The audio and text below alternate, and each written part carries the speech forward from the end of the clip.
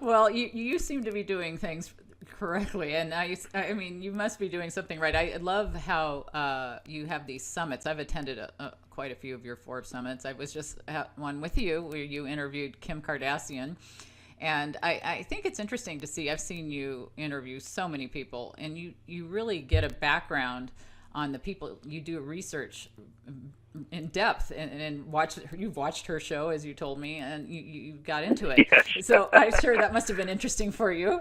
Just curious, with all the people you've interviewed, other than politicians, who did you find the most interesting in the business world? Is there any couple names that really stood out to you? And I'm just curious what you liked about them.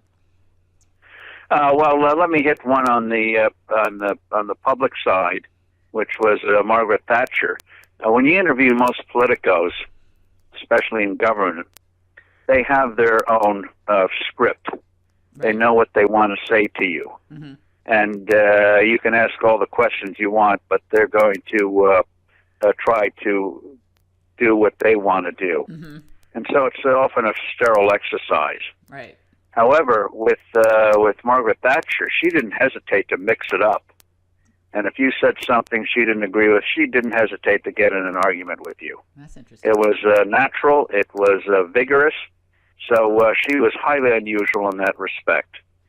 And another one, we all know about Ronald Reagan, but another one who died recently, the former Chancellor of Germany, Helmut Kohl, who no one remembers today, but he was critical for winning the Cold War in the early 1980s, along with Reagan, Thatcher, and Pope John Paul II.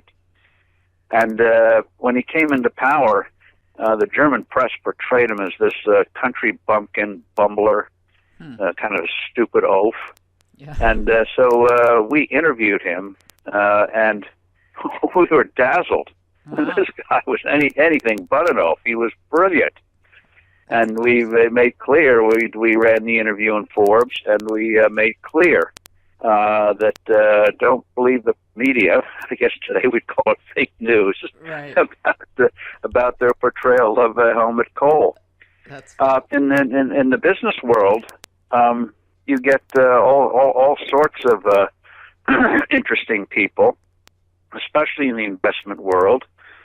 People like Jack Bogle, who invented indexing, Bert Malkiel, who came up with the efficient investment theory.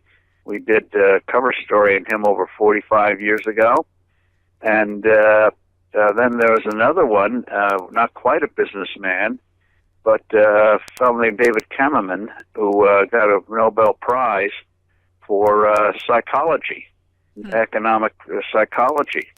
And he learned psychology the hard way. He was a great advisor in the investment world. Everyone turns to him, especially money managers, for insights on how markets react, how people react.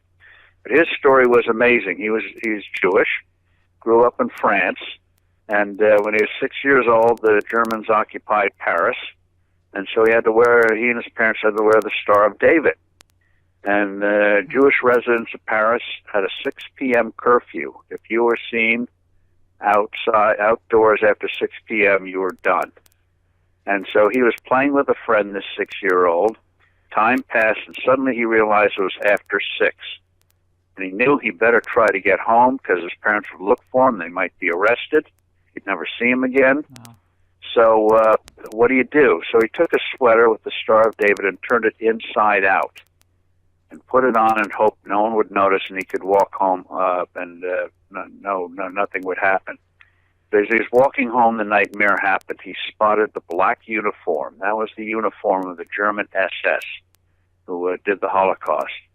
And he thought, uh-oh, this is it. The guy came over to him, looked at him, lifted him up, and then hugged him and said to the kid, "You remind me of my son at home.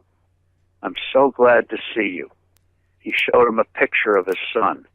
And meanwhile, the kid was hoping that he wouldn't feel this German officer, the Star of David, inside his sweater.